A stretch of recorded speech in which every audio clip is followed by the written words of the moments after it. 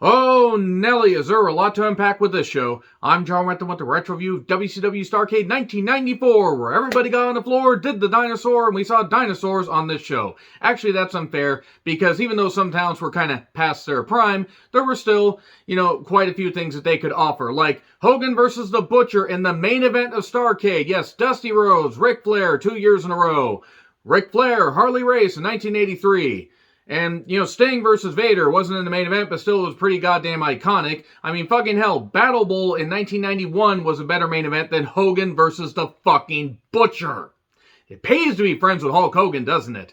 Yeah, this is going to be a bit scathing, and this is possibly the worst Starrcade of all time. And yes, I am taking into account that 1999 was booked by Vince fucking Russo, and Starrcade 2000 was pretty much at the end of WCW's lifespan. Like, they really didn't have all that much left, even though the opening ladder match was pretty good, and there were a few decent components, but still, it was WCW in its dying days. The dying days are over. The dying days are over. The dog days were coming because Hogan wouldn't just get out of the fucking way. My God, he'd get his best friends into a slot that they didn't belong in. The Butcher decided to butcher the friendship and get a WCW title. I'm messing up the lyrics.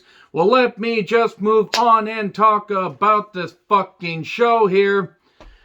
Nashville Municipal Auditorium, easy for me to say, 8,200 people. I don't know if that was exactly a sellout, but it was a pretty full crowd.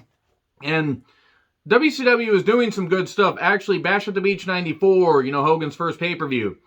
Halloween Havoc 94 wasn't all that great, but had some decent moments. It did have, Beefcake or Brother Brudai butchering the friendship at the end. And Ric Flair, by the way, wasn't on this show because he had, at Halloween Havoc 94, a retirement match, and he was going to be gone at least for a year. He was back by Super Brawl 5. He was back by Super Brawl fucking 5. That's fucking ridiculous.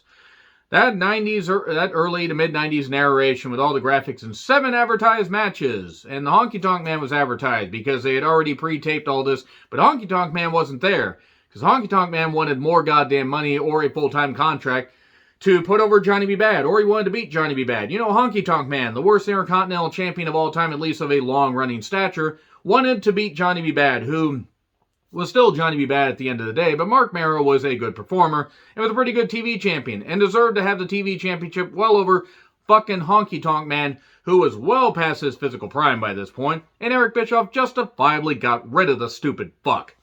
So anyway, Shivani, Heenan, and Mean Gene welcome us, and then Shivani and Heenan do the commentary while Mean Gene does the backstage interviews, and they plug the WCW hotline, 1-900-909-9900. Kids, get your parents' permission before calling. Phone number no longer active. I'm glad they tell us that, so we don't call a number of a company that's been defunct for over 20 fucking years. But then again, people are fucking stupid, so there you go.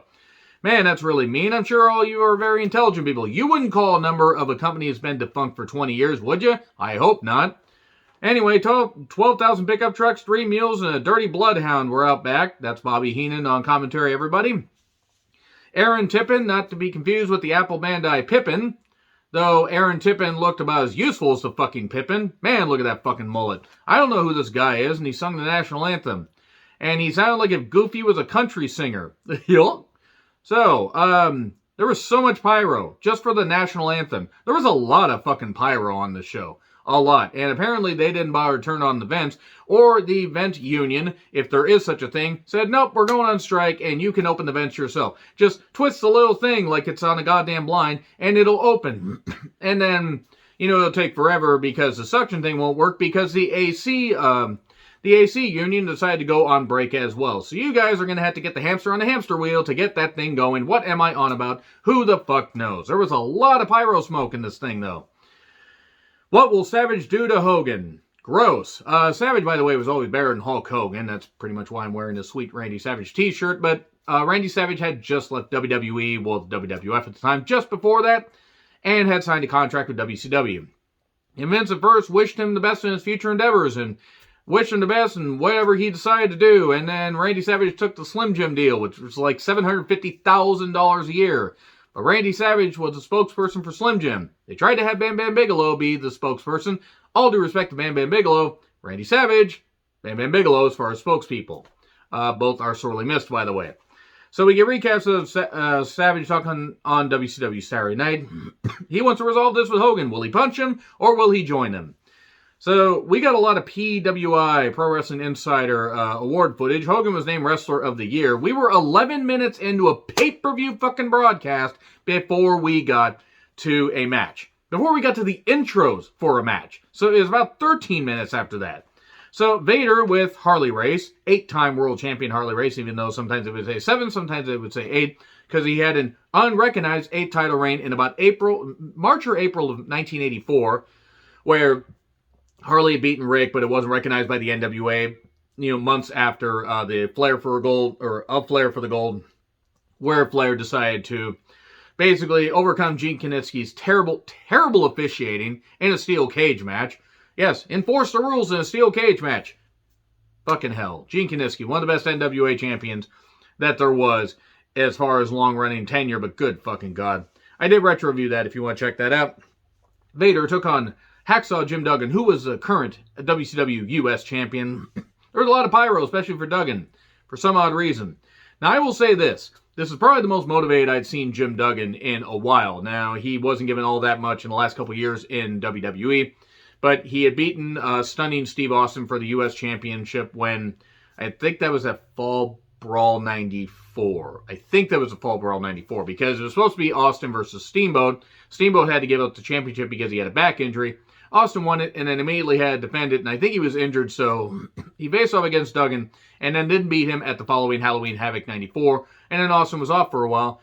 And Duggan, again, motivated here. Him and Vader, this was a knockdown, drag-out fight. Now, I'm not going to say that this match was great, but in comparison to the rest of the goddamn card, it was quick enough to the point where these guys were hitting each other hard. Big pops for, Vader getting slammed. Vader was super, just motivated at this point, even though injuries were starting to besiege him, and he would end up with a shoulder injury months after this that would necessitate surgery, surgery that is, and would knock him out right after the 96 Royal Rumble debut. Duggan went after Harley, who did that tumble over the top rope, even at his age with all his mileage. He still did that shit because that's how much of a pro Harley Race was. One of the last bumps that he ended up taking, because I think after 95 he really didn't take that many bumps. I also don't think that Harley had retired at that point. I don't think Harley was managing at that point. I think he was either a backstage assistant or had left WCW by that point, because once Vader was gone, what could Race do? So, Vader does take over. He does miss the moonsault a little bit later. We get the 3-point stance. Race gets involved. He just gouges the eye of Duggan. Even though the referee could have seen it, he kind of reached over the top of him. So maybe, I don't know, maybe the referee thought a fucking face hugger got him. So the referees looked really goddamn ineffective on this show. We get a distraction, and then Race has Duggan's 2x4 wood to the face. I hate when my own wood hits me in the face. Man, that's just what you get for being a well-endowed. Moving on from that, Vader hits some kind of face jam variation, throws him down. 1, 2, 3, new U.S. champion. And Vader will soon challenge Hulk Hogan for the WCW championship, because U.S. champ versus heavyweight champ. And man, Vader will really get over in this feud. No, he won't, because Hogan. Why would Hogan want to put anybody over? Why would he ever want to fucking do that? So, it was a bit of an odd finish. Kind of just a little bit muddled, but definitely not the worst finish that they would have. And it was probably the highlight of the fucking night as far as in-ring action. And then we get the Butcher, who was just doing this and doing this. And that's all he was doing. That's all Beefcake was fucking doing, is having faces like he was either having a series of uncontrollable seizures, and I feel bad for anybody that deals with those, or he was just being shot by the cattle prods, like they were doing the Goldberg 98 finish 3 or 4 years before, just like this. What the fuck was wrong with him? Yeah, this show pissed me off. Ow. Anyway. So, him, Kevin Sullivan, and Avalanche are, cutting promos and everything. There's a Hogan tombstone, Hulkamania, rest in agony. And, Hogan actually thought it said rest in agony, and he decided to call them the filthy, well, moving on from that. He told us 25 years before, 25 years before now, that if it wasn't for Hulk Hogan, you people wouldn't be here. He told us how he felt at Bash at the Beach 96, and we didn't listen. This is before that, though. So much forced anger. And this is on a pay-per-view broadcast, by the way. After a pretty damn hard-hitting U.S. title match, they go to this. But it's all about the three faces of fear. You know, Kevin Sullivan, who was a great promo, was never great in the ring. You had the Avalanche, who was John Tenta, who used to be Earthquake. Gee, I wonder why they had to change the name from Avalanche to the Shark. It's like when they called, you know, Big Boss Man, the Boss Man. Boy, skating around that shit, weren't they? Just call him Big Bubba. That's what he was before he became the Big Boss Man. They called him the Guardian Angel at one point. Moving on from this. John Paul Levesque versus Alex Wright. No, don't add the goddamn music. I can't do the dance. I can't do the dance even though I don't wear pants. I wear shorts. Whatever happened to John Paul Levesque? I mean, he was one and done. I don't think he's really been doing anything. Of course, ha ha ha, it's Triple H, in case you don't know, if you've been living under the rock. And in the case of some women, and statistically some men, you would want to be living under the rock, under Dwayne's Rock Hard Johnson. But anyway, yes, the future Triple H took on Alex Wright, Das Wunderkid, and Heenan took shots at Alex. He says, you know, if he wasn't wrestling, he'd be back in Germany making those hats with the little spikes on them. My fucking goodness. Good fucking grief, Heenan. It was well wrestled. This is the thing, though. This is the main issue with this. After Vader versus Duggan, even with the odd finish, a lot of the matches, there were 7 matches on this show. It was a 2-hour and 45-minute broadcast on WWE's cock, but at least the cock version, you know, the big stimulated cock version where you just rub it and then it fires off. And moving on from that, this was a bulk of, you know, like the in-ring action, because this went about 12 to 13 minutes. And a lot of these matches felt like they could have been on WCW Saturday Night, because this was when Nitro had not become a thing yet. We were still almost a year away from, about 9 months away from Nitro becoming a thing. So they did WCW Saturday Night, and they would tape in Disney MGM Studios, and they would tape a whole bunch of stuff, and they would find a way to Human Centipede it together as far as, like, you know, moving it around from the Clashes and everything, where they stand in vain. I think that's the Clash song. And then they would also do it around pay-per-view. So if people lost championships, they would have them come out without the championship, but they would, you know, announce it, do syndicated commentary. The whole point is some of these matches could have been on WCW Saturday Night. This didn't feel like a pay-per-view, even though it had Hogan, it had other stars and everything. So many dodgy finishes and so much ridiculousness. The crowd did not care for this at all. They did not care. I mean, there were a couple positive stuff that Alex did, and nothing against John Paul Levesque. He would go on and do bigger, better things and bang the boss's daughter. But it's like, I've never seen Alex pounded like this, says Tony Schiavone. So we get rest holds, a lot of rest holds. Alex Wright fires up, does a backflip over John Paul Levesque, and hits the most devastating maneuver in all professional wrestling, the surprise roll-up 1, 2, 3. Not the only time the roll-up gets utilized. Oh. Santa was in the crowd, by the way. Santa was Dave Sullivan, the future Evad. Evad. You know, Dave Sullivan, the brother of Kevin Sullivan, and brother of Kevin Sullivan. And then we get to Arn Anderson with Rob Parker and Ming. Ming is here. Everybody run. Run to the ends of the earth. No, the earth isn't flat, but run to the ends of the earth and then run further than that. And Ming will still get you. Taking on Johnny B. Bad for the TV championship. Commentary essentially buried the Honky Tonk Man. Well, Schiavone did. Heenan tried to make up excuses like, oh, he's stuck in traffic and everything. And this is a line that Heenan actually said, where I don't even know why. I understand him knocking Nashville, but he said, should have bombed this place instead of Hiroshima. Could have rebuilt it in 30 minutes. Heenan's line, not me. Aren't to work with anybody, and Johnny B. Bad was not bad in the ring. In fact, in all honesty, he was pretty good. He was never going to be a main event guy. But as far as a mid-card champion, as far as somebody that you could put on the card to deliver a good performance, he could do that. He had a great series of matches with DDP. He could work well with Arn Anderson. I mean, then again, you would have to basically be a comatose patient to not be able to work with Arn Anderson. Even then, he could work with you. He worked with the Renegade. Okay, that might have been a little bit insensitive, but he put over the Renegade, and Orndorff put over the Renegade, and that really worked out. You're not a Renegade, you're just plain old Rick. Can't imagine why that guy went into a big depressive state after he got fired. So, Arn did get some rest holds in. Johnny B. Bad hit his usual fiery stuff, and then we get a foot on the rope. where it looks like Arn's going to get the victory, but no, it gets stopped. And then the most devastating maneuver in all professional wrestling, the surprise roll-up. 1, 2, 3, and Johnny B. Bad retains the TV championship. And Honky Tonk Man was never seen again on a WCW broadcast, and nothing of fucking value was lost, that piece of shit. So, Tony Schiavone and Bobby Heenan talk about the PWI Awards.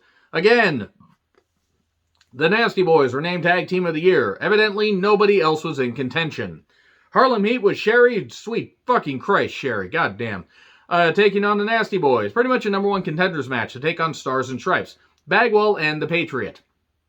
And, well, it was pretty much a brawl within the confines of like a tag team format. Like, seriously, they did a little bit of tag work and then it would go and brawl for a while. And then, like, one guy would go out with another guy out to the entranceway while the other guy and, the other two were in the ring. And Sherry was screaming a lot. The Nasty Boys were the faces by default, though I cheered for Harlem Heat. And action all over. We get then rest holds forever, seriously. Like bear hugs and sleeper holds. I don't know why we got that. This match went a while. They could have cut a few minutes off of John Paul Levesque, Alex Wright, this match, and another match. And they could have actually they could have cut one match out altogether. Put 2 other matches on. And it might have been a bit of a better pay-per-view. At least would have made up for the bullshit main event. So later, Sherry accidentally sprays Booker in the face. Moving on from that. She tries to help, but accidentally hits a splash on Booker, which causes a DQ and the Nasty Boys win. Okay. And then they pit stop her. Poor Sherry. More PWI awards. My fucking goodness. Bill Apter is all over this goddamn thing. Nothing against Bill Apter. He's definitely a passionate wrestling fan and does great interviews, but my goodness, he got a lot of love on this thing. Sting was the most popular wrestler of 1994. And he's still wrestling now. Wild. So Sting, well, he's actually back wrestling now. But anyway, Sting interview about Avalanche. I feel like a giant killer. Giant killer. I'm going to take down the Avalanche. And then the crowd will turn away. Okay, I'm terrible at singing. I'm sorry. So Kevin Sullivan took on Mr. T, who was wearing pajamas for some goddamn reason. Basically, Sullivan was trying to take out Hulk's friends. And Mr. T was a referee at Halloween Havoc 1994. And also they had skirmishes and everything. And Sullivan wanted to, again, take out Hulk's friends. This was embarrassing. Santa shows up. It's Dave Sullivan and hits his brother with his sack. Mr. T covers for 3. I don't know what was more embarrassing. The fact that Mr. T was wrestling or the fact that Kevin Sullivan thought that him versus Mr. T was a good idea. Or the fact that anybody thought that Mr. T versus Sullivan was a good idea. So Kevin then beats up Dave and hits him with a pile driver. And then we get a plug for Super Brawl 5, if man is still alive. Mean Gene interviews Hulk Hogan and Jimmy Hart. All about that main event, and Savage. Then Hogan says that he will tear up the rule book and everybody else. And then somebody will have to come in and clean up and pick up the pieces. Pick up the pieces. So, Avalanche's music sounds awfully familiar. There are tremors in the ground. Avalanche or Kevin Sullivan taking on Sting. This was before Hook was ever thought as a thing. I was going to work that in one way or another. There was pyro smoke all over the goddamn match here, by the way, because again, the vent union and the AC union decided, nope, we're going on break, and that hamster wheel can't turn fast enough. So Sting gets a huge reaction, huge throbbing reaction, and this was given way too much time. Bless John Tenta. John Tenta, sorely missed, cancer's a goddamn bitch. He was washed by this point. He had, done the WWE schedule. He'd done sumo. And he was obviously there for a paycheck. And I don't blame him. I mean, I hope he got a good sizable amount of money for going to WCW at that point. But he couldn't work a long match anymore. And Sting can work with big guys, but he had much better matches with Vader. And they did what they could. Tenta did his usual stuff. I'm just going to call him that because calling him Avalanche just sounds really stupid. But we get Sleeper City, Sting, roars back. We get a ref bump. We get a huge slam to a pop. Then we get 2-on-1 action. Here's Hogan with a chair. The second referee runs in and calls a DQ, and Sting wins. My goodness.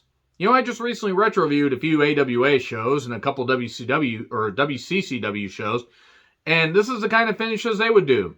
Those companies went out of business. Hey, so WCW. And they had way more money behind them. So, more PWI awards. My fucking goodness. Jimmy Hart was named Manager of the Year. Fitting. Jimmy Hart's awesome. Still looks the same at almost 80. It's amazing. It's honestly amazing. recaps of Hogan and Beefcake, you know, and the butchering of the friendship and all this, and yeah, the Halloween Havoc 94 thing where he was revealed to be the Masked Man. Who is that Masked Man? The Butchered Masked Man. I'm going to stop that. So, Butcher with Kevin Sullivan and Avalanche taking on Hogan with Jimmy Hart for the WCW Championship. You have a loaded fucking roster, and the best you can do is the Butcher against Hogan.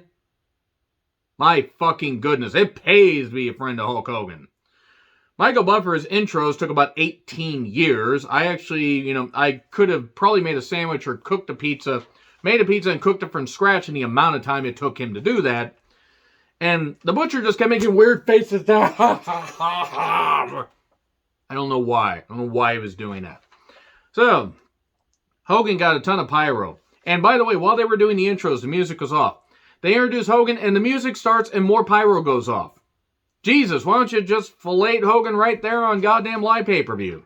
I understand that Hogan was a big boost to WCW, but fucking hell. This main event is the worst main event in Starrcade history. I am taking into account, by the way, that Battle Bowl 91 exists. I am also taking into account that, you know, Piper Hogan wasn't the greatest thing in the world, but at least they had star power. And also that Goldberg ended Bret Hart's career with that, you know, with that kick and a few other moves because because Goldberg rather was a fucking, you know, like diseased Clydesdale horse at that point. And also that Scott Steiner versus Sid Vicious was a bit ridiculous, or Psycho Sid. Psycho Sid, he had half the brain that you do. So yeah, this was a main event of Starrcade. All of that lineage leading up to this.